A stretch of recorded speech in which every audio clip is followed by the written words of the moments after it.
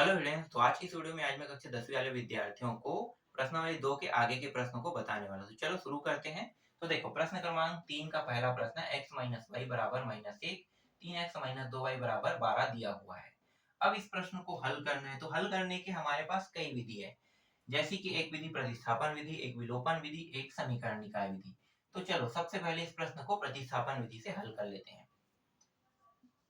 प्रतिस्थापन विधि। प्रतिस्थापन विधि में क्या करते हैं, इन दोनों में से किसी एक समीकरण को लेना है।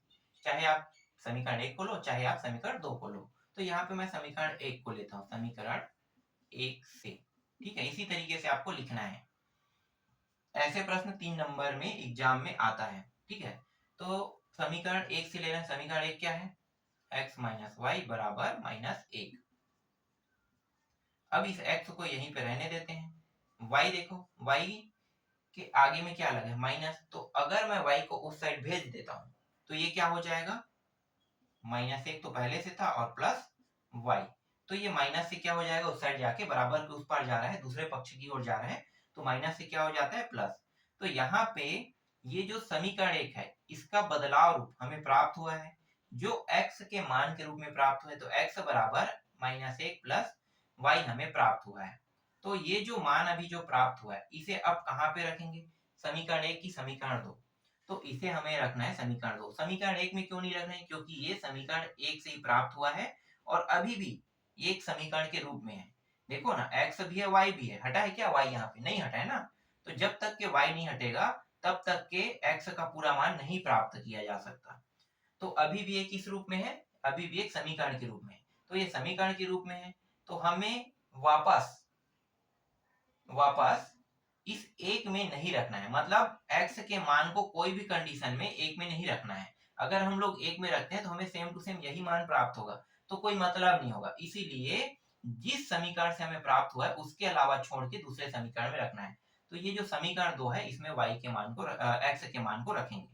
तो समीकरण 2 में x का मान रखने पर, तो 3x, x की जगह मान रखना है तो 3 बस लिखो। x कहाँ है? ये रहा।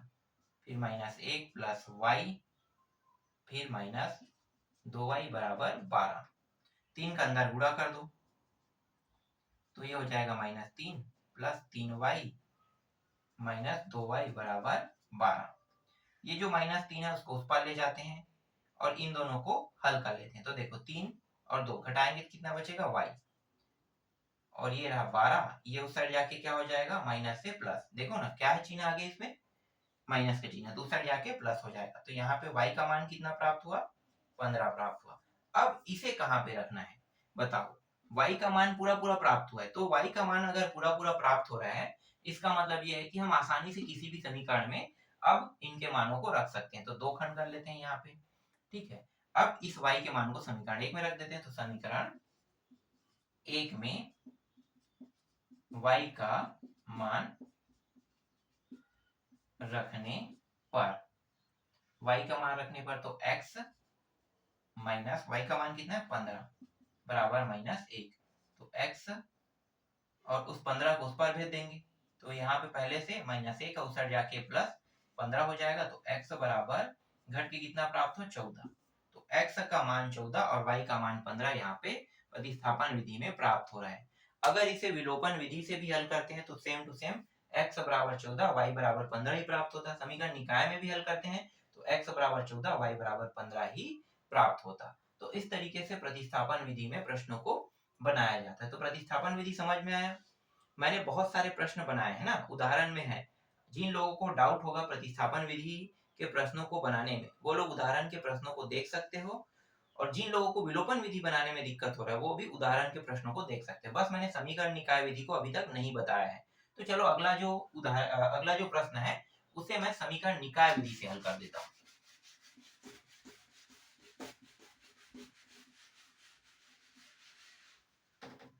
समीकरण निकाय विधि से इसको हल करते हैं। तो दूसरा जो प्रश्न है पूरा मिटा देते हैं। ये दूसरा प्रश्न, तीसरा का दूसरा, x माइनस 2y बराबर 5 2x माइनस 4y बराबर 6। ये रहा आपका पहला समीकरण, ये रहा आपका दूसरा समीकरण। अब यहाँ पे ये दोनों समीकरण है, इनको हमें क्या करना है, समीकरण निकाय से हल करना है। तो यहाँ पे लिखेंगे समीकरण 1 और 2 को, ठीक है, समीकरण 1 और 2 को, दोनों को व्यापक समीकरण, ठीक है, व्यापक समीकरण, जिसे व्यापक कहते हैं, जो हम लोग मानते हैं ना, वही व्यापक समीकरण।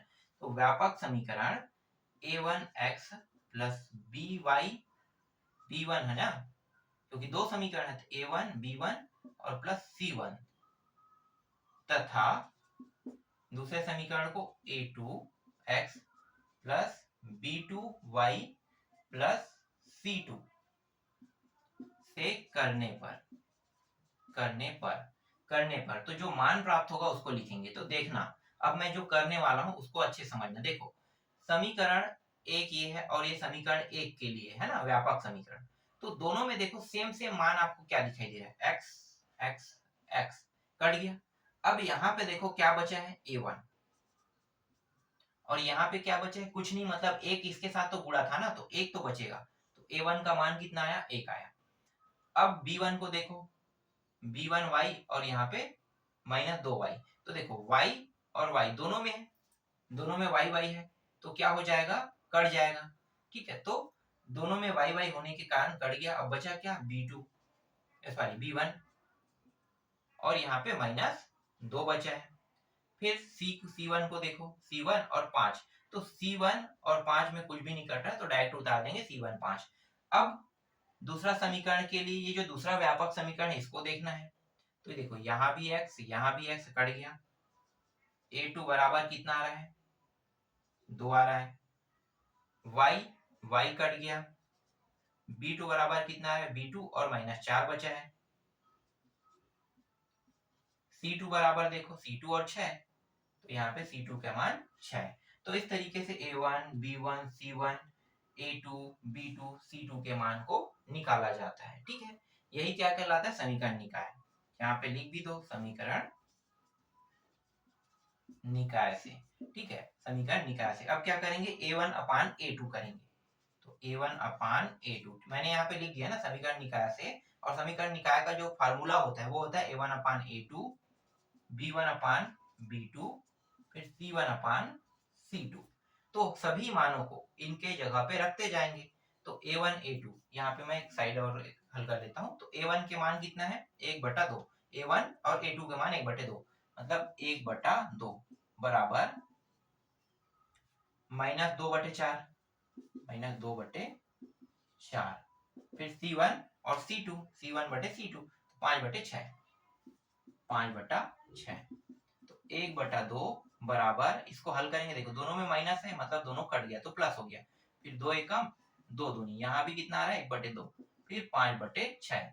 तो देखो यहाँ पे a1 बराबर a2, a1 a2 बराबर है b1 b2 के। ठीक है, a1 a2 किसके बराबर है, b1 b2, क्योंकि ये a1 a2 का मान है, ये b1 b2 के मान है। तो a1 a2 के बराबर b1 b2 के मान है, लेकिन c1 c2 बराबर नहीं है। इसका मतलब क्या है, इसका मतलब ये है, यहाँ पे a1 अपान a2 बराबर है b1 अपान b2 के बराबर नहीं है c1 अपान c2 के। इसका मतलब है इसका कोई हल नहीं हो रहा है। ठीक है, इसका कोई हल नहीं हो रहा है। तो यहाँ पे लिखो, यह रेखा समांतर है, जिस वजह से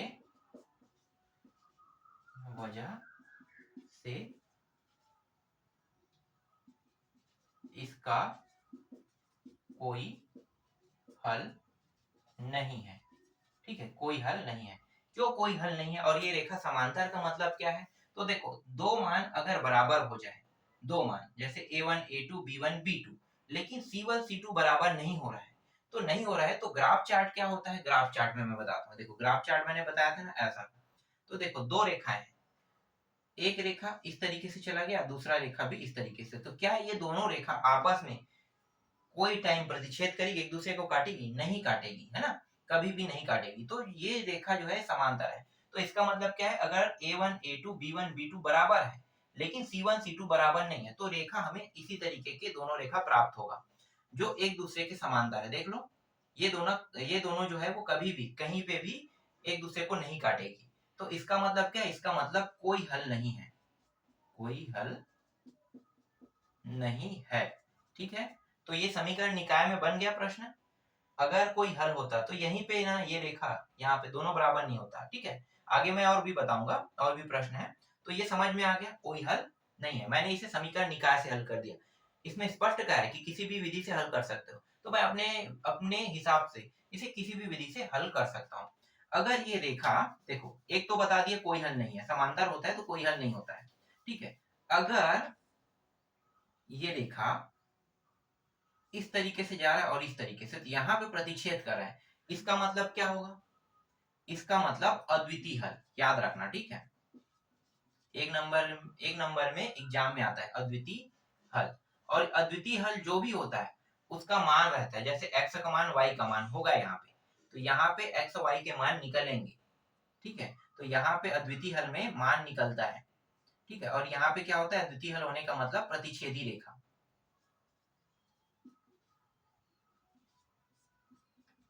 प्रतिच्छेदी रेखा हमेशा प्राप्त होता है। ये समझ में आया? अद्वितीय हल में हमेशा मान निकलता है और ये रेखा प्रतिच्छेदी होता है। तो यहाँ पे हम x और y के मान को बता सकते हैं, लेकिन कोई हल नहीं, उसमें कोई भी मान नहीं बता सकते। अब एक और होता है, एक ही रेखा पर देखो, ये रेखा अकेला दिखाई दे है, लेकिन ये रेखा अकेला नहीं है, इसी के साथ एक और रेखा आया है। तो इसे हम क्या कहते हैं? इसे हम अनंत अनेक हल कहते हैं, अनेक हल, अनंत अनेक हल कहते हैं, जिसमें एक ही रेखा में दूसरा रेखा मौजूद होता है जो दिखाई नहीं देता। तो इसके बहुत सारे x के मान निकलेंगे, x के मान और y के मान, बहुत सारे, जितने बिंदुओं को ये टच करेगा उतने सारे मान यहाँ पे प्राप्त होगा, मतलब अनंत अनेक हल। इसकी सीमा को हम नहीं बता सकते।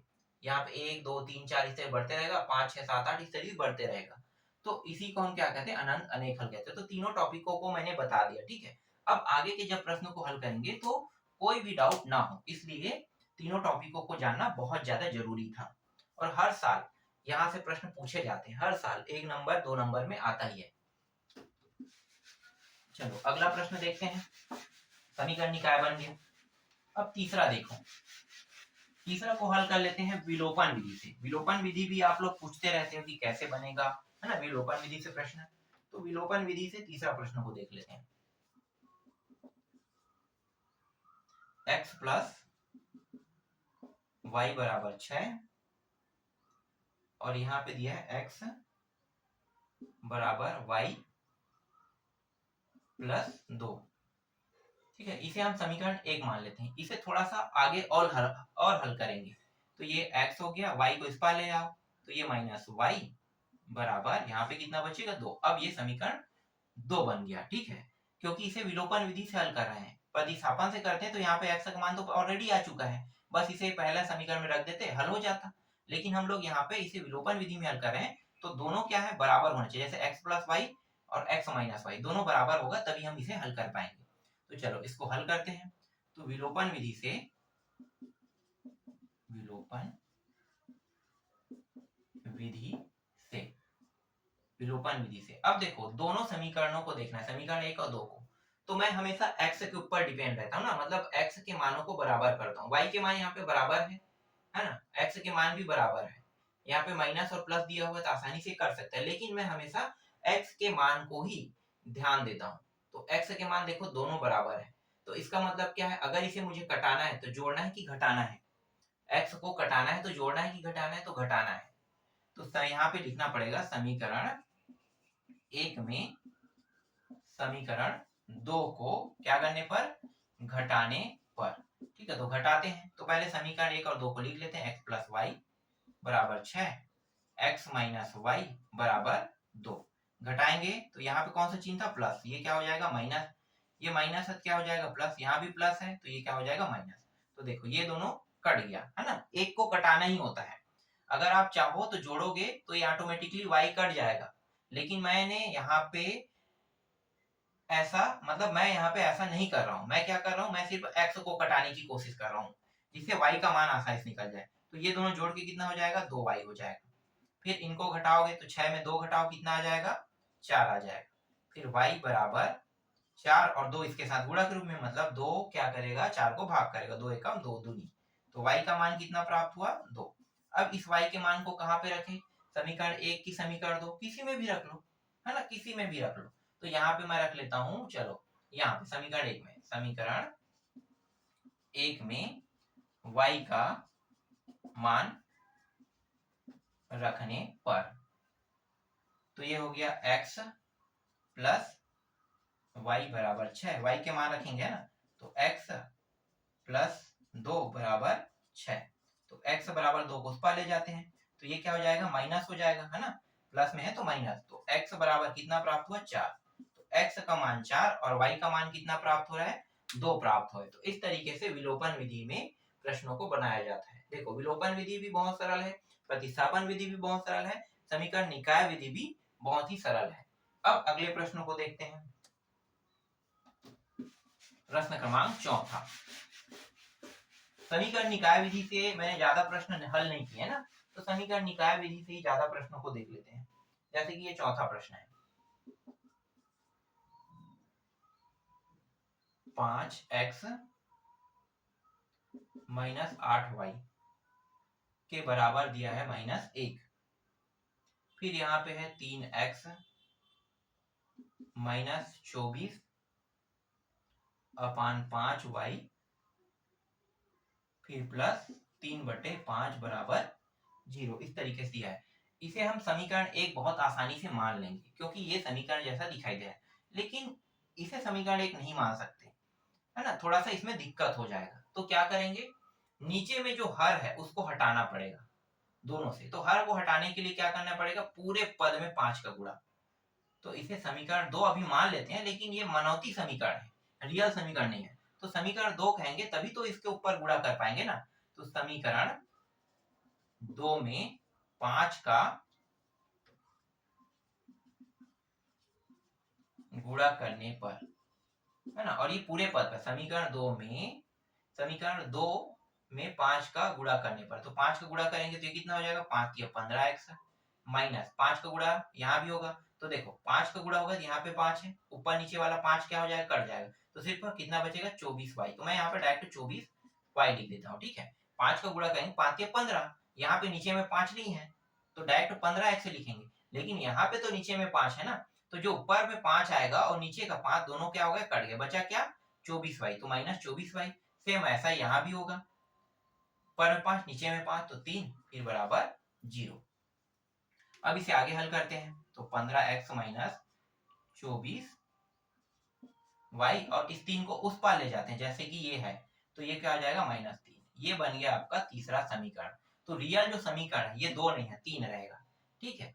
रियल समीकरण कौन सा रहेगा, पहला और तीसरा। अब क्या करेंगे, अब इसे समीकरण निकाय से हल करेंगे, तो समीकरण निकाय विधि से, ठीक है, समीकरण निकाय विधि से। जब समीकरण निकाय विधि से हल करेंगे तो समीकरण 1 और समीकरण 3, तो यहाँ पे लिखेंगे समीकरण 1 को व्यापक समीकरण तथा समीकरण 2 को भी व्यापक समीकरण, ठीक है। व्यापक समीकरण को मैंने नहीं लिखा है क्या यहाँ पे, हाँ ठीक है, व्यापक समीकरण यहाँ पे लिख देते हैं, ठीक है। a1x प्लस by मतलब b1y प्लस c1, ठीक है, और यहाँ पे व्यापक समीकरण क्या होगा, a2, दूसरा के लिए a2x plus b2y plus c2 से तुलना करने पर इसका स्याही खत्म हो रहा है, मैं मार्कर पे बदल देता हूँ, कौन सा वाला है, हाँ ठीक है, ठीक है, व्यापक समीकरण से तुलना करने पर। तो देखो यहाँ पे a1x है ना, तो यहाँ पे सबसे शुरू वाला देखना है, तो ये और ये कट गया, तो a1 और 5 बच रहा है, a1 बराबर 5, फिर y और y कट गया, तो ये हो गया b1 बराबर -8, फिर c1 और -1, ये रहा c1 -1, ठीक है। इसी तरीके से a2 को निकाल लेते हैं। a2 बराबर निकालते हैं तो देखो x और x कट गया तो यहाँ पे 15 आ गया। b2 निकालते हैं तो b2 निकालेंगे तो y कट गया तो कितना आ गया -24। फिर c2 निकालते हैं तो देखो -3। इस तरीके से हमें a1 a2 b1 b2 c1 c2 प्राप्त हो गया। अब क्या करेंगे, अब इसे a1 अपान a2 बराबर b1 अपान b2 c1 अपान c2 के फॉर्म में लिखेंगे। ठीक है। फिर a1 a2 के मान को रख दो तो a1 का मान 5 a2 का मान 15 तो 5/15। b1 b2 के मान को रखो तो 8/24 मतलब -8 है और यहाँ पे -24 है तो 8/24 है ना। फिर c1 c2 -1 और 3 तो ये -1 और -3, 5 एकम 5 दिया मतलब 1/3 यहाँ पे हमें प्राप्त हो रहा है। ठीक है। यहाँ पे माइनस माइनस दोनों प्लस हो गया। फिर 8 एकम 8 दिया 24 मतलब 1 3 से ये भी कट गया। 8 एकम 8 एक बार में और 3 बार में 24 मतलब 8 दिया 24। यहाँ भी देखो माइनस प्लस पहले कट जाएगा और 1 3 तो देखो तीनों मान बराबर है। a1 a2 के बराबर है मतलब a1 a2 b1 b2 के बराबर है और b1 b2 c1 c2 के बराबर है। इसका मतलब क्या है, इसका मतलब ये है कि तीनों मान अगर बराबर तो इसका अनंत अनेक हल होगा। क्या होगा, अनंत अनेक हल होगा। अनंत अनेक हल, और अनंत अनेक हल का मतलब क्या है कि एक ही रेखा में दूसरा रेखा मौजूद है। इसका मतलब x के बहुत सारे मान होंगे, x और y के, x और y के बहुत सारे मान होंगे। क्लियर, बस इतना ही लिखना है।